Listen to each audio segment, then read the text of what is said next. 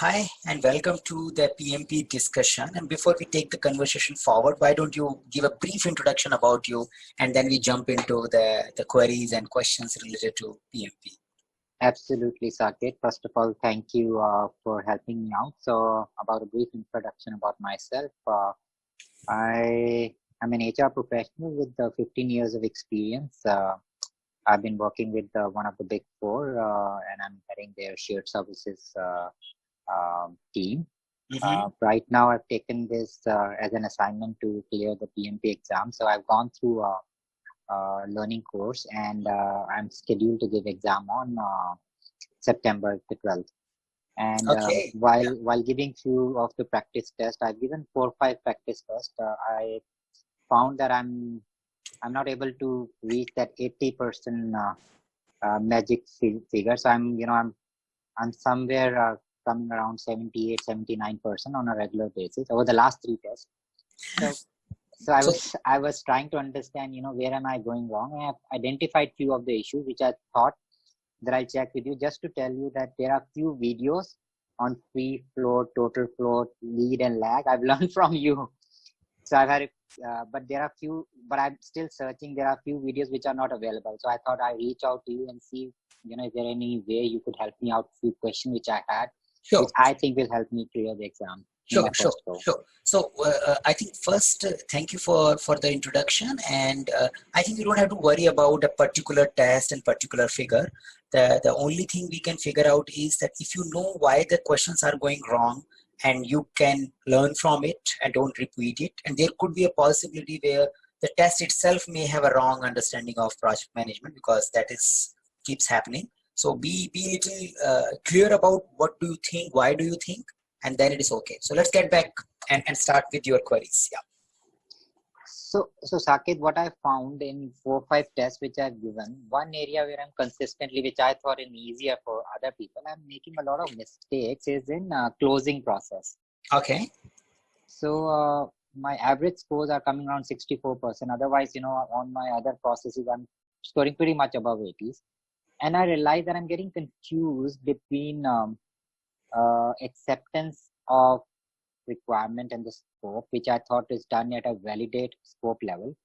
It's first get verified at a quality control level, then it get accepted at a validate scope level. When it comes to closing, I get confused, which steps come first, the lesson learned or the acceptance by the customer or the feedback by the customer or the archive of the document. So I wanted to actually take your help, and I try to find out video also where I could see what is the steps of entire closing process.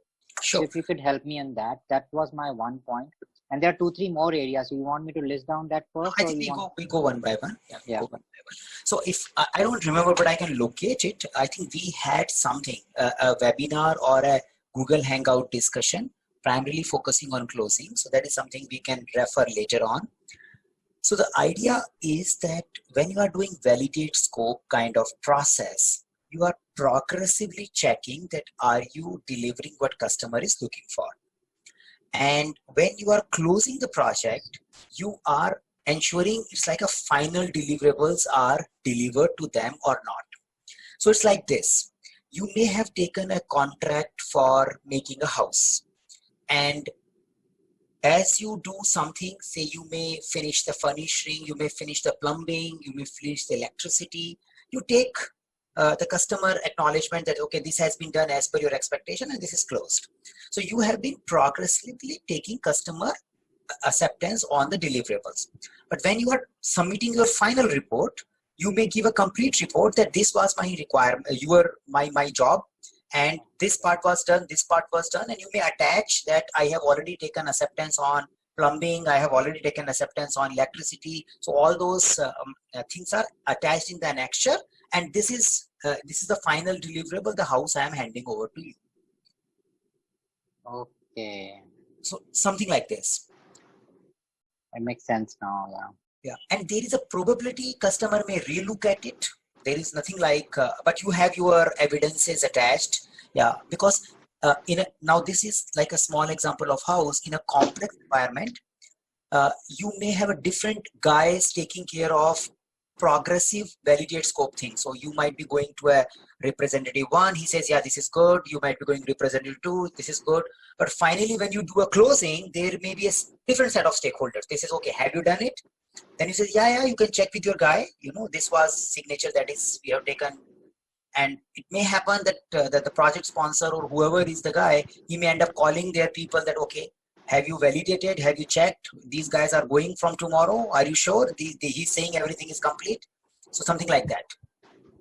So that is happening in a closed project. Okay.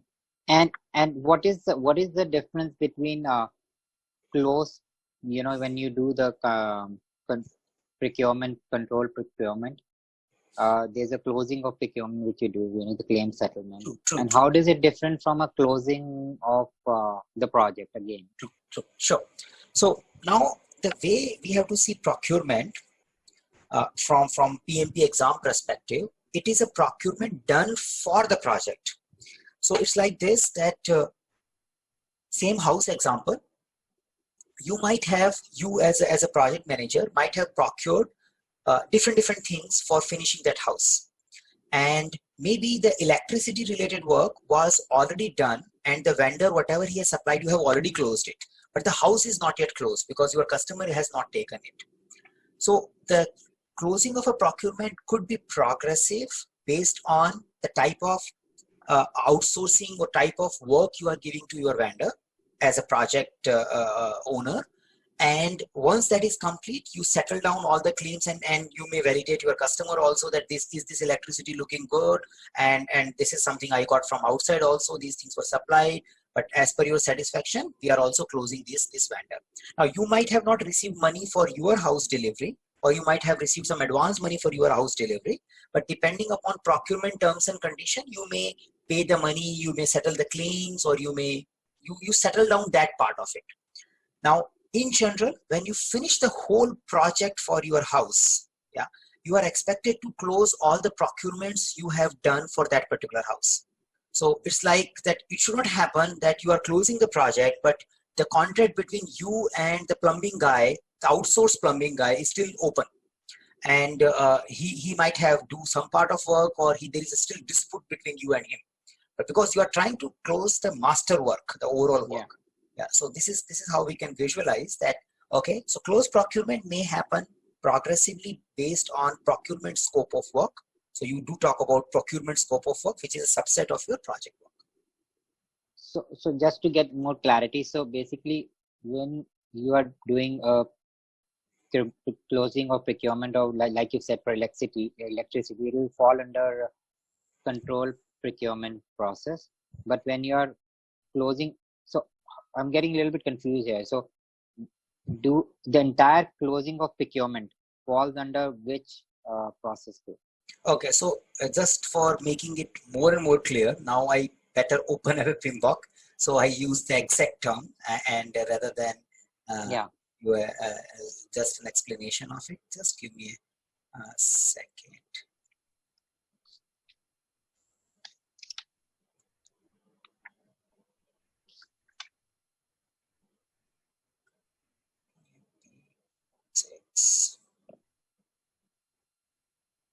Because one of the outcome of a controlled procurement is your closed procurement. And so, then so I think we will open up these things. Just a second. Let me open up the PMBOK, and I think we can just see them here itself. Oh, wonderful. Okay,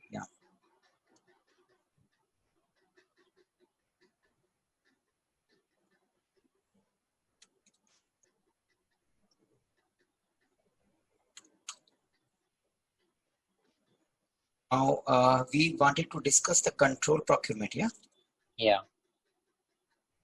I'm searching control.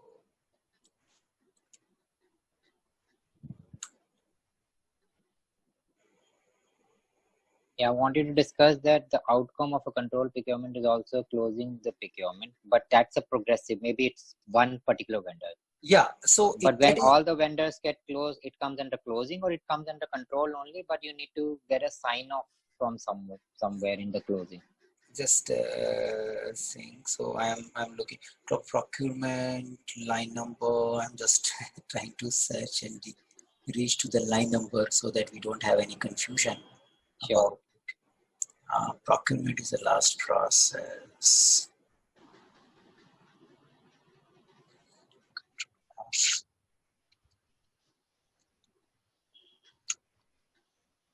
Okay, procurement management is the name of a process, and then you want to talk about control procurement, yeah? Yeah.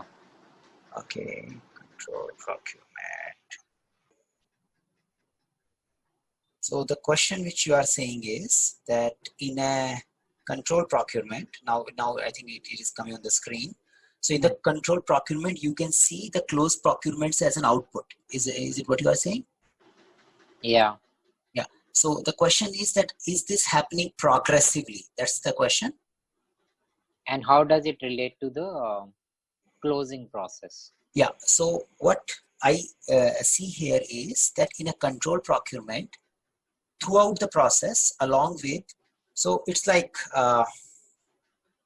so if you just look at the definition of control procurement, what they are saying is that control procurement is a process of managing procurement relationship, monitoring contract performance, and making changes and correction as appropriate, and closing out the contract. So the progressive closing, which we were talking about, like electricity closing and all, falls under process control procurement. So it covers a little wider area. There in PMBOK 5, we used to have a separate process for it. Yeah. For closing the procurement, but now it is kind of a merged, and this is here. Yeah.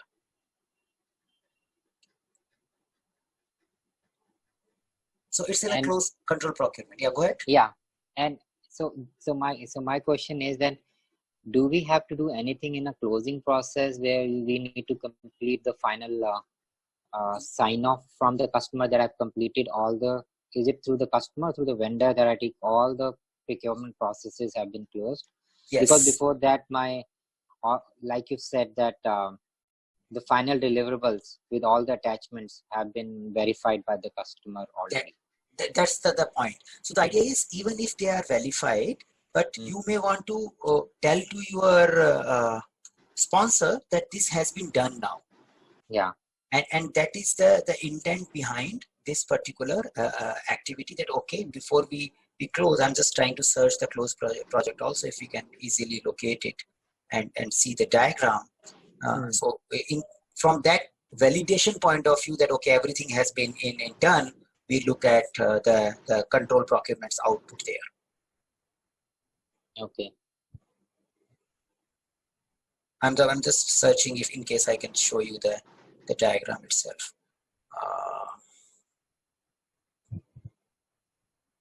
Yeah, so close project of phase. So you can see as an output. Yeah. Yeah, this was the output. This was a tool of technique, and yeah, so you can see as an input of the close project. There's a procurement document. Yes, yeah. There's the procurement documents. So the procurement documents which are coming from the control procurements are visible here. Yeah. Okay, we have completed that part of it. See, it's that like becomes input. Yeah, that becomes input. It's like this, that you might want to close the project, but you might have not settled down the payment of some of your vendors, or you might have not settled down some of the claims related to those vendors. And once the project is over, we don't know from where the budget will come, if there are pending claims. So you need to show that, okay, these many procurement contract has been done, we have closed them, and this is the details of it. Okay. Yeah. Now, so I think the related to the sequence, that is little bit tricky game, and it depends upon which practice test you are taking. So there is a webinar, and you can just I would love to see that. I was actually looking for that specifically, and I couldn't find that. Yeah. So that is something I can show you more. But the idea is simple. Don't run or jump to release the team. Yeah, that is something you need to keep in mind, because it may happen that the lesson learned are something like done at the last stage of it, not in the beginning. So once you get the idea that everything is done, all lessons has been observed, then you get into lesson learned space, not in the beginning itself. So you should not think like, okay, the first thing I should release the team and then I should document the lesson learned. So then you don't have people to document the lesson learns. No, so at that I actually got, initially I used to get confused that, let team goes and then then I will get the lesson learned, but who will share the lessons learned? So that's why, I got the sequence that you need to get the confirmation of the entire work done. Then you get the final acceptance, and then you ask the team to put together the entire lessons learned once before handing over to the product. And then once you've done that, you release the team, you then take so feedback is taken after releasing the team, right, from the customer? Okay. Yeah. Now there are multiple types of feedbacks. There are few feedbacks which might be part of the project scope. They may come early, but there are few feedbacks which are part of overall success. So it's like which may come, which are most of the time they comes after closing of the project. So it's like that the project is handed over, the customer is using it, and after 6 months, somebody from your sales department give a call to the homeowner that how are you finding house? Is everything working on? So now the project manager and team is already working on somewhere else, but somebody is calling the homeowner to understand how they are finding the delivery after 6 months. So that is like how successful the project delivery was. Okay, I could see there's a video on close project. So this is little longer video, though it's a PMBOK. But I could take it offline. So offline only, and it is of a PMBOK 5 time, but the sequencing and other stuff are discussed well in it, so it may give still an idea to you. Okay, I will take it. You can ignore the input output another part of it because now we have a little PMBOK 6 here, but yes. Yeah. So that was my difficult question. All are, I think, more or less easy, but I personally get confused. Like difference between in a managed quality or a quality control, managed quality more or less. There's a design for experiment and design for X. So I always get confused. But then we what is defined design for X and what is design for experiment. I know it's very typical. I read it. And then I get confused. If design for X, I always try to tell them the X is that X factor in one particular that you need to focus to get a better quality. But somehow I get confused. I'm not sure whether. I'm searching that. So these are like tools and technique related stuff. Usually they don't come that clearly in the exam, but the clarity should be there. So let me. I'm searching so that I can find out both the terms. Then while you search, okay, I thought I was getting curious. I could ask very simple one, OP and EF. That one we have a detailed video also. So I will take that. That is a detailed video, and see, the summary thing is OP, organization process assets, are something like which are recommended practices which one should follow, but there is nothing is going to stop if you end up following that. Not following it. But organization process assets are, enterprise environmental factor are something which is not in your control. So this is like they're constraining your options. So if something is constraining your option, like the office timings, the HR policies, the business environment, the skill the organization has, the processes the system they are using, so something which limits your choices is enterprise environmental process. Organization process asset is facilitating your interaction. Say you may have a good way of doing meetings, so how to write say minutes of the meeting. So those kind of stuff is something which is organization process assets. But we have a detailed video of 6-7 minutes. 6-7 minutes which can explain you this thing. Sure, I'll see that. I could locate design for X. I'm just looking where it is. Design for X. Okay, so it's a set of technique guideline that may be applied during the design of product optimization to specify the set of the. Okay, so it is more like design for ABCD things. So it is designed for safety, it is designed for reliability, and all those kind of things. See, the idea is that you can see now that some of your Fitbits are designed for swimming, and some are not designed for it. So you know that they are water resistive, or they are waterproof, or they are not expected to be used in water. So, and then there's a design for X, or what kind of a temperature they can operate in, like your mobile phone. If you leave the mobile phone in a car in the direct contact of sunlight, you may find that after some time it may start malfunctioning, going slow. So it is like, it is not designed for that temperature. If it remains in the temperature of 60 degrees for a while, then the phone will start behaving a little crazy. So when we do quality assurance or quality planning or quality execution, we need to know, okay, this thing is designed for which all conditions, which all temperature, safety, reliability, age, and all those things. And accordingly, your executions will get done. Whereas design for experiment is something like you create a hypothesis and you want to check, will it work? So it is more like an experiment. So if you want to check that, what if I keep the car tires air pressure this, and I drive on this particular road in this particular gear at this particular speed.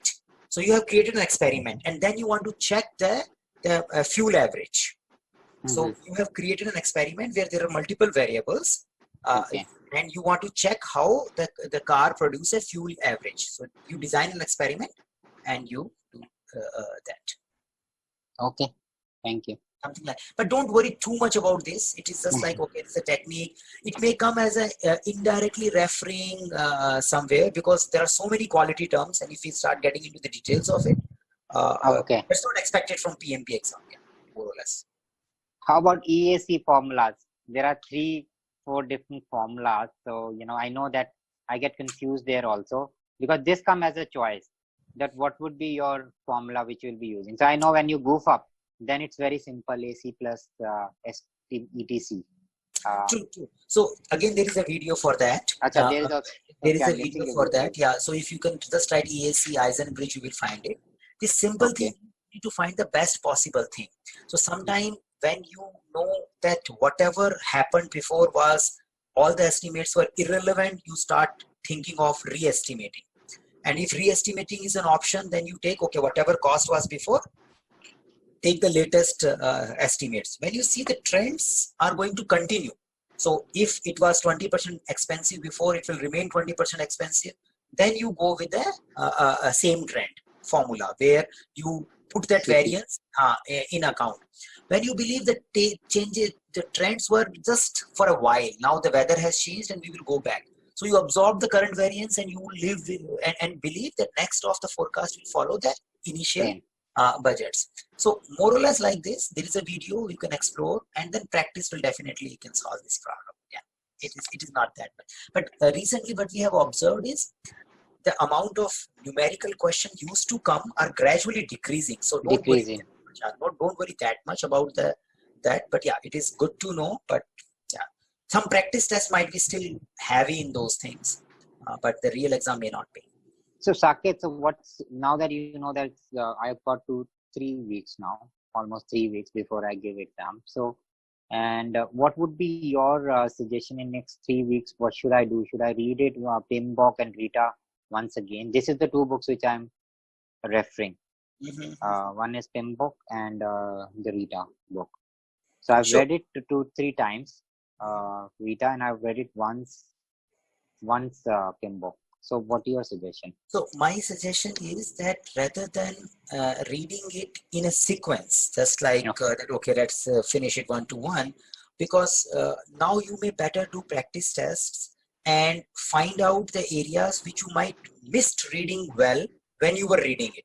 So when you give the exam and you goof up, then you end up reading it very well.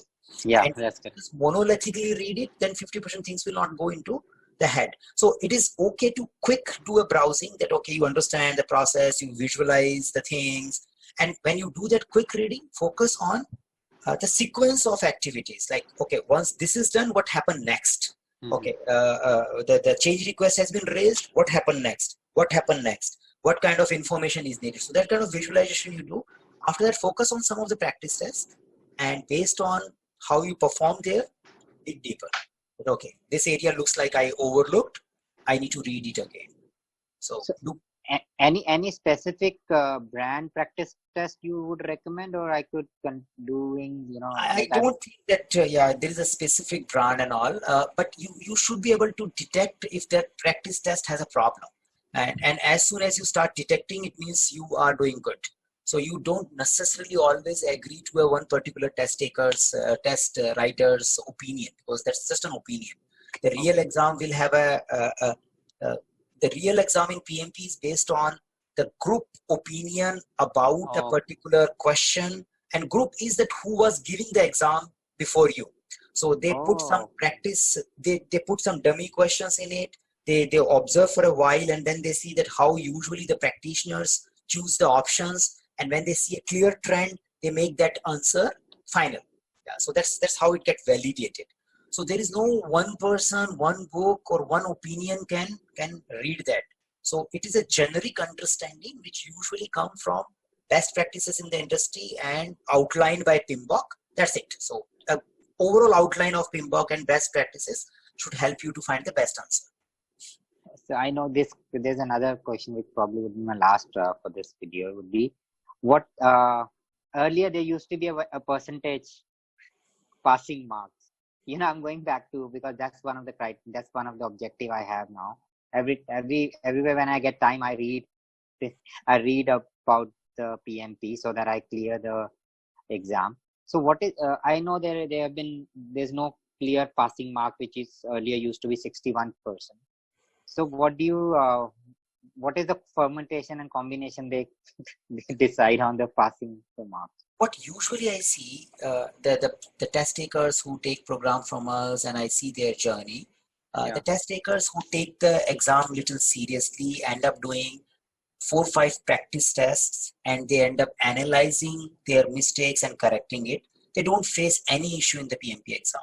So if you have been getting decent understanding of that, okay, this is working, this is not working, these are the processes, there is. Now, you may not get above target or XYZ, and in my opinion, that should not be the goal also, because just aligning your thought 100% with that exam doesn't necessarily produce a great project manager, So this generally that they see, okay, person can understand the context and align some thinking with us. He's a good project manager and we call him PMP. So if you don't worry about the above targets and all, then there is no issue. Yeah, even if you score 70-75% in the practice test, you should do good.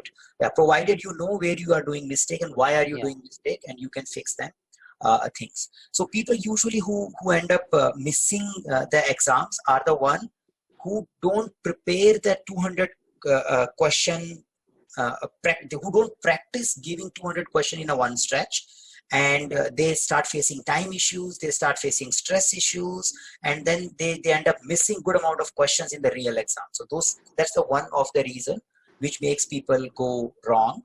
The another set of people who end up doing wrong is where they believe they know everything, they have been marking all the right choices, and even they may end up finishing the exam early, and when they see the result, they get surprised because they don't know where the mistake was. So second category is more like when you have not analyzed your right and wrong options and have not developed the skill of finding the right choice between two close choices. That may result into the second kind of failure rate. Rest, I think I don't see any risks. Okay, I think this is so helpful building up on the confidence, and I really like your idea of giving the exams and seeing where you are not faring well and trying to understand those concepts. One thing which I haven't done, I've already given 5 tests, which I have not done yet, is that giving exam in one go. So I've done in one day, but since you do it for 2 hours, then you take a break, you do some house chores, and then you give next 2 hours. But I've got 2 more weekends left, so I will try to give at least 2 tests in one go. Yes. And I've also wanted to check, does it make sense that I should give a mind dump before the exam of writing all the 49 processes and few formulas so that I don't have to think a lot. So it's an individual style. There are many people who do that. Now earlier what used to happen is you used to get the writing sheet before your counter gets started. So everybody used to do that because better to use that time. But now depending upon the test center you go, they don't give you the time in advance. So it's your own time. Yeah. So you decide how much time does it take to do it because your counter is running.